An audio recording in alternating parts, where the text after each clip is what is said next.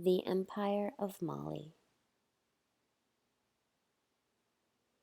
Ibn Battuta was a traveling scholar from Morocco who spent time in the Empire of Mali in the early 1350s.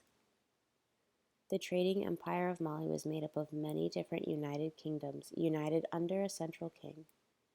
The Empire of Mali saw its reign beginning in the early 800s and its decline in the later 1500s. Though not as wealthy as the Kingdom of Ghana, Mali traded gold, salt, and copper. Malian political practice and ceremony observed by Ibn Battuta reflected positive foreign relations, unrivaled hospitality, strong reverence of religion, and the oppression of women. Foreign relations. Foreign relations were positive because of how the Empire of Mali treated outsiders, which is shown through the hospitality demonstrated to them. The excerpt states, "They do not confiscate the property of any white man who dies in their country, even if it be uncounted wealth. They give it to the charge of some trustworthy person among the whites." This shows that they had a great respect for the property of others.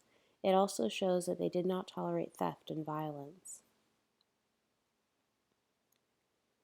The Malian kings paid their respects as indicated through the banquet that was held in commemoration of their master, the late Sultan of Morocco, Abu Hassan, to which the commanders, doctors, Qadi, and preacher were invited, and I went along with them. This shows that they honored the past leaders and respect the culture, and the reading of the Quran and prayer for Abu Hassan demonstrate this further. Another example of the respect that was shown to outsiders is shown in the following quote. "The chief of poets mounts the steps of the Pempi and lays his head on the Sultan's lap, then climbs to the top of the Pempi and lays his head first on the Sultan's right shoulder and then on his left, speaking all the while in their tongue, and he finally comes down again." There is strong imagery here, with laying one's head as if to show submission and respect. It is explained to Battuta that this was an old custom before the introduction of Islam, and that they kept it up, showing their devotion to the past.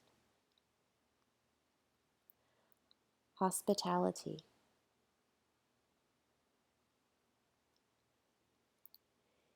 Ibn Battuta's expectation of a high level of hospitality demonstrates that the Empire of Mali had a reputation of exceptional hospitality preceding Battuta's arrival. This indicated by his indignation at not receiving it to his expected standard. "I have journeyed to the countries of the world and met their kings. I have been 4 months in your country without your giving me a reception gift or anything else. What shall I say of you in the presence of other sultans?" This shows how important the aspect of hospitality actually was in this time period. Malian sultans' reputations seem definitively linked to their opulent hospitality.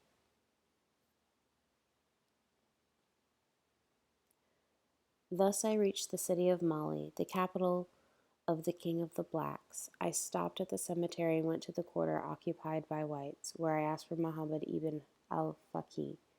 I found that he had hired a house for me and went there. His son-in-law brought me candles and food, and the next day Ibn al-Faqih himself came to visit me with other prominent residents. The latter is a clear indication of the hospitality Battuta was met with in Mali. The Malian host went to great lengths to provide not only necessities but luxuries. Another notable aspect to this is the importance of the visiting. Battuta was visited by those deemed in high stature, which would indicate strong emphasis on etiquette.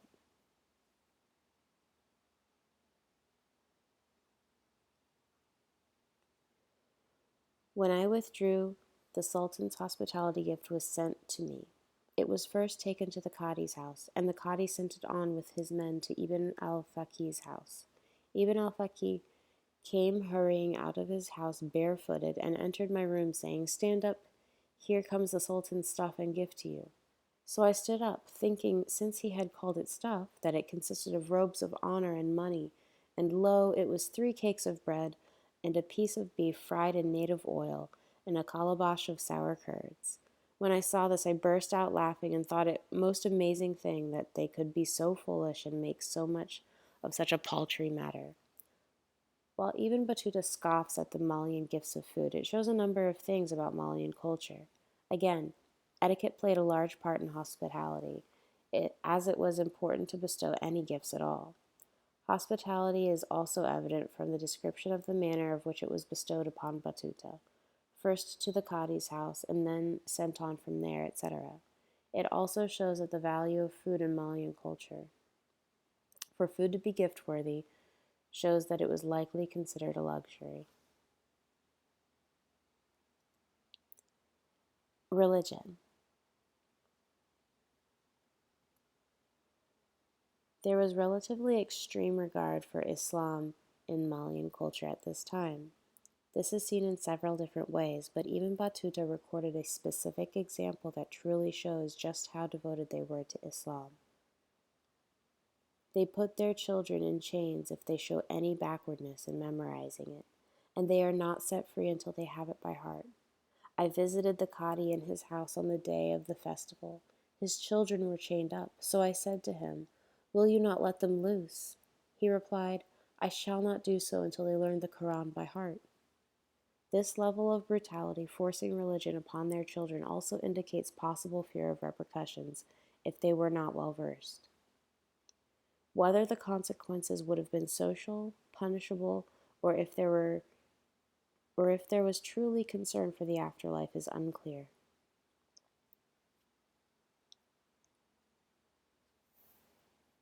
There is also indication that the masses took part in practicing Islam quite seriously. On Fridays, if a man does not go early to the mosque, he cannot find a corner to pray in, on account of the crowd. There were so many people in attendance that there is quite literally not enough room. Another one of their good qualities is their habit of wearing clean white garments on Fridays. Even if a man has nothing but an old worn shirt, he washes it and cleans it, and he wears it to the Friday service. This is yet another indication of how seriously the practicing of Islam was taken.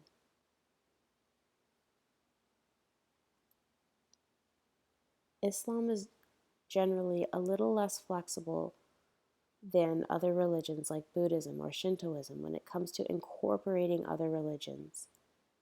And yet, in the Malian Empire, after adopting Islam, they still included some of their traditional religious practices. They stand in front of the Sultan in this ridiculous makeup and recite their poems. I was told that their poetry is a kind of sermonizing in which they say to the Sultan, "This Pempi which you occupy was that whereon sat this king, and that and king, and such were on this one's noble actions, and such the others. So do you too do good deeds whose memory will outlive you." It is relatively clear from the wording that even Batuta is not necessarily in favor of this outside practice.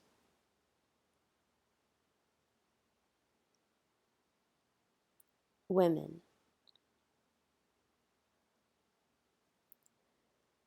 The oppression of women in Mali was a social and political norm. It seemed like there were two statuses of women. The first one were the slave women, who had the lower status.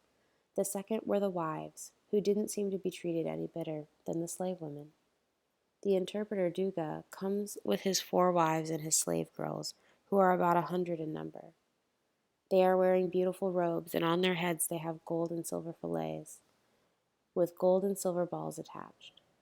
The wives and 100 of slave girls all had these beautiful robes and the gold and silver fillets, even though it was common for slaves not to wear clothing.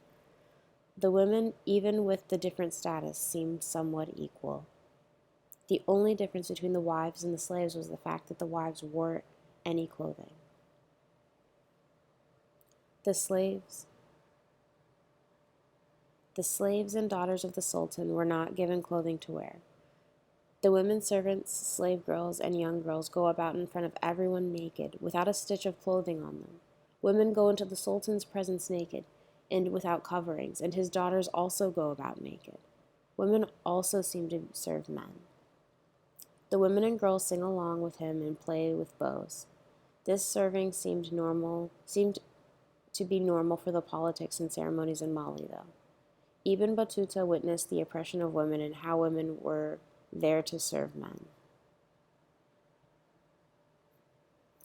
Oppression of women seemed quite the opposite in Iwalatan compared to Mali.